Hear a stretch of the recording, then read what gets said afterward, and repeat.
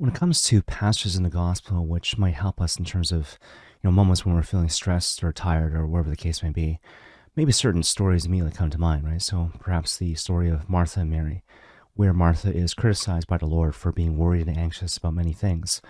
Or perhaps what might come to mind is the Gospel of Matthew chapter 11, "Come to me all who are weary and find life burdensome, and I'll give you rest." But one story in particular, which is perhaps often overlooked in this regard, is from the Gospel of Matthew chapter 22, the parable of the wedding feast.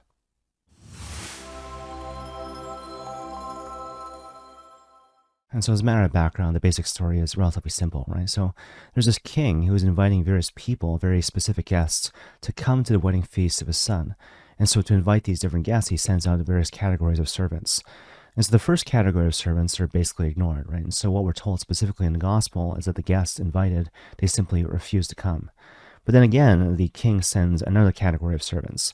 And what we're told in this case is that the invited guests refuse to come because they're busy, which is kind of interesting, right? So they're not busy doing evil and nefarious things. They're attending to things like the farm or the local business.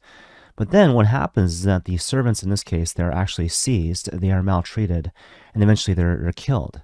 As a result of which the king is enraged, he punishes those people, and then he invites people on the streets to come to the wedding feast of his son. Now, obviously, it kind of begs the question, what's the point when it comes to the parable of the wedding feast? Well, right off the bat, it's noteworthy to indicate that the Lord, in the context of the gospel, he's speaking to the priests, he's speaking to the Pharisees, which suggests that basically what he's saying in the context of this gospel is that the people of Israel have largely rejected the Messiah. As a result of which now God the Father is extending the divine invitation to the Gentiles, people beyond the kind of classical people of God, to invite them to form a new Israel, if you will, what would ultimately become the church, to be this beacon of grace and this great conduit of God's salvation to the world. But that said, in order to kind of unpack the more immediate practical implication when it comes to the story, it's important to be attentive to what we might call the tension in the text. So when it comes to the parables of Jesus Christ in general, there's always what we might call a certain, again, tension in the text. This moment where we're following the story, but then all of a sudden we come to a point where it doesn't seem fair, it doesn't seem right. There seems to be sort of a logical inconsistency in terms of how the characters actually act or respond. So in this particular case, the parable of the wedding feast, the tension arises in the story when it comes to the way in which the people invited to the wedding feast actually respond. Specifically, the reason they give for not coming and the manner in which they actually respond to the invitation. And so again, when you go back to the story, here are these people who are invited to not just a wedding, but a royal wedding. They're being invited to the wedding feast of the son of the king. And yet, what's the excuse they give for not going? Basically, they're too busy. They're busy doing the things that they've always been doing. Again, one guy says, I'm busy with my farm. Another person says, I'm busy with my business. But they don't go, again, because they're simply busy. And then on top of that, perhaps more surprisingly, when the invitation persists, when they're invited to come away from their busyness and to rest and to celebrate and to have this glorious feast, they respond with violence, with rage, by killing the messengers. And again, in this, perhaps we might see a certain kind of tension in the text. Because if you think about it, if they didn't want to come, all they had to do was send back the RSVP card with the box checked off no. Why kill the messengers? But their violence, their underlying sense of rage, speaks to this problem which is all too common when it comes to the human condition. This tendency to build our lives and build our sense of identity and self-worth around a certain performance orientation, if you will. Whereby we basically tell ourselves, well, look, I don't simply want to be busy, I need to be busy, because this goes to my essential sense of identity and self-worth. The late John Paul II speaks about this particular issue indirectly when he talks about the culture of death. And so basically what he says is that at the root of the culture of death is an obsession with efficiency. Now, in the face of it, that might sound kind of counterintuitive, but think of it like this. We all have various gifts and talents, things that we can do, perhaps even better than our neighbor. And we all have varying amounts of possessions, things that we have. And certainly when it comes to these things that we do, these things that we have, they're meant to actually make our lives better, to enrich our lives, to help us build up society, and by extension, the kingdom of God. So hopefully that goes without saying. The difficulty arises, though, when we start to identify ourselves with the things that we can do and the things that we have, which is basically to say this. When I examine my heart, when I examine my sense of self, do I believe that somehow I'm more because of the things that I can do and because of the things that I have? Now, in the face of it, when you hear that question, you might think, well, obviously the answer is yes. And why would it be any different? But now put the shoe on the other foot, right? What if you're going through life and all of a sudden you can't do the things that you used to do, or you don't have the things that you used to have because you're old, because you're sick, or simply because you're tired. In those moments, do you start to believe that I'm less because I can't do these things or because I don't have these things?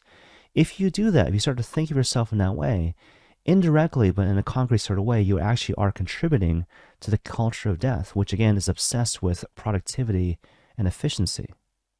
To illustrate the point, I remember back in the day, I was attending this priest retreat hosted by the Archdiocese of Toronto, and the conference of which the keynote speaker was Cardinal Timothy Dolan. And I'll always remember this homily that he gave over the course of the week, where he was talking about two popes, actually, so John Paul II and Benedict XVI. And in particular, he was addressing this concern or this point of confusion which had arisen among certain members of the people of God as to why one pope stayed on while another pope kind of hung on to the end. And so basically he said the common denominator was this notion of obedience. And so, for example, when it came to Pope Benedict XVI, here was this guy who was arguably one of the most brilliant men in the world. But when he prayed into the situation, he realized that the Lord was actually inviting him to entrust his life's work, his legacy, to another person who might not be able to do it as well as he could, who might actually take the thing in a different direction. But he was invited to do this nonetheless, in an act of obedience. Whereas in contrast, you have John Paul II, right? He was always this champion when it came to defending the intrinsic dignity of the human person. But when he prayed into it, the same issue as to whether or not he should stay on as Pope, the answer was yes. And so God the Father was basically inviting him to put himself out there, to have people remember that this was a man who used to be handsome and strong, someone who used to go camping and go mountain climbing and do all sorts of really active things, but now here he is in a wheelchair, old and fragile and frail, drooling, even getting to the point where he simply couldn't speak. But the whole idea, of course, was that God was essentially inviting him to continue promulgating his message, this message of, again, the intrinsic dignity of the human person, but to do so not through words, but through a sense of witness, to show the world in his own words that truly you are not the sum of your gifts and talents, but truly you are the sum of your Father's love for you and your real capacity to become an image of his only begotten Son. You see, what's interesting is that this particular point articulated by the life of John Paul II, again, this notion of the intrinsic dignity of the human person, is encapsulated in a really beautiful detail, which is often overlooked when it comes to the parable of the wedding feast. Because if you go back to the story, there's a really notable absence, right? And so obviously there's the king, there's the king's son, there's the invited guests, there's the servants, but who's missing? Who's missing is the bride, which speaks to the fact that the guests, who obviously are emblematic of us, they are the bride. They collectively are the bride. So they're not being invited to a wedding, they're being invited to their wedding. This is our wedding, this is my wedding, this is your wedding. Which speaks to the fact that God is ultimately inviting us to enter into a covenantal relationship, exchange of persons as opposed to an exchange of goods and services, emblematic again of the covenant of marriage. But more to the point, it speaks to the fact that an important prerequisite to becoming espoused to God the Father through his only begotten Son is that you need to let go of this performance orientation, this obsession with always being constantly busy and productive and producing that which the world finds to be important and valuable.